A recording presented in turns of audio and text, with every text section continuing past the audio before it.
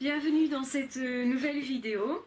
Alors, comme je parlais du bien-être et de tout ce qui peut nous faciliter la vie et nous amener un état de mieux-être, je voulais parler justement de la relation avec les animaux.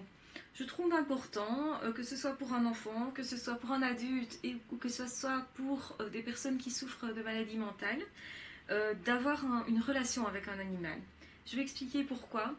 En fait, je remarque que dans le cas où des personnes ont été malmenées socialement, le contact avec l'animal va être salvateur parce que l'animal, lui, n'a pas de préjugés. Il va arriver envers la personne, il va être honnête, il va être franc.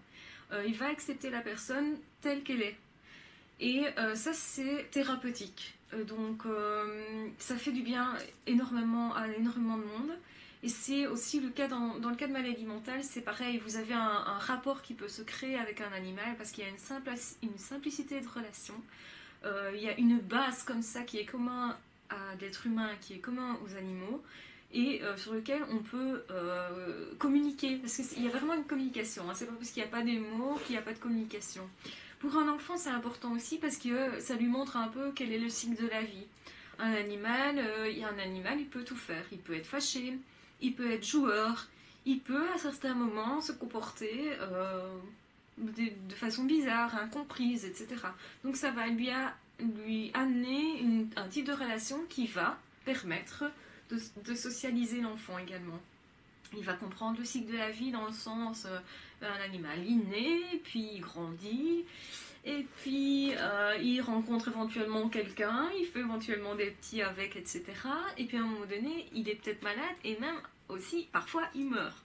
Donc il y a beaucoup de choses là-dedans qu'un enfant peut apprendre. Ben, il y a le côté, voilà, je suis enfant, je grandis, la relation va s'établir donc avec l'animal, donc il va y avoir un lien. Il y a aussi évidemment tout ce qui est deuil qui va arriver, qui va permettre à l'enfant de faire tout un apprentissage. Donc je ne dis pas que c'est toujours un apprentissage joyeux, évidemment, puisque le deuil c'est quand même douloureux, mais je pense que ça peut être important dans la vie de savoir gérer la mort d'un animal. Ça permet évidemment de faire mieux face en tout cas à la mort d'un être proche.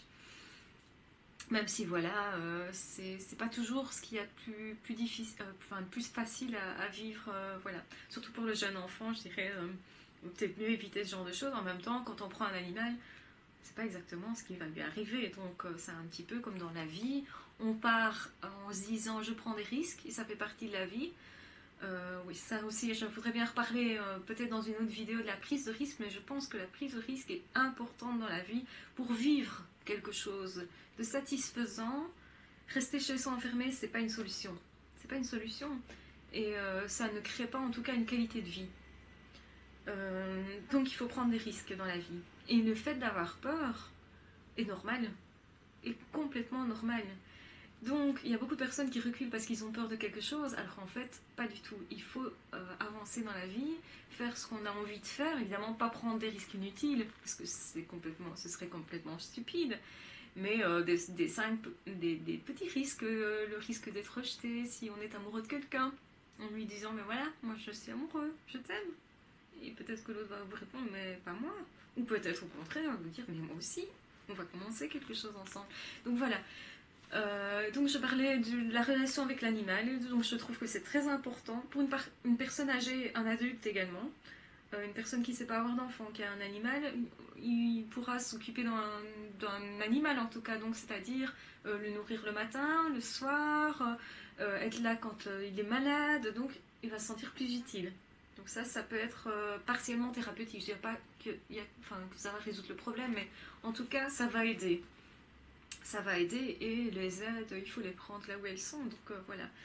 Euh, alors, un animal, ça peut, donc pour une personne âgée, contribuer à ce que la personne se sente moins seule.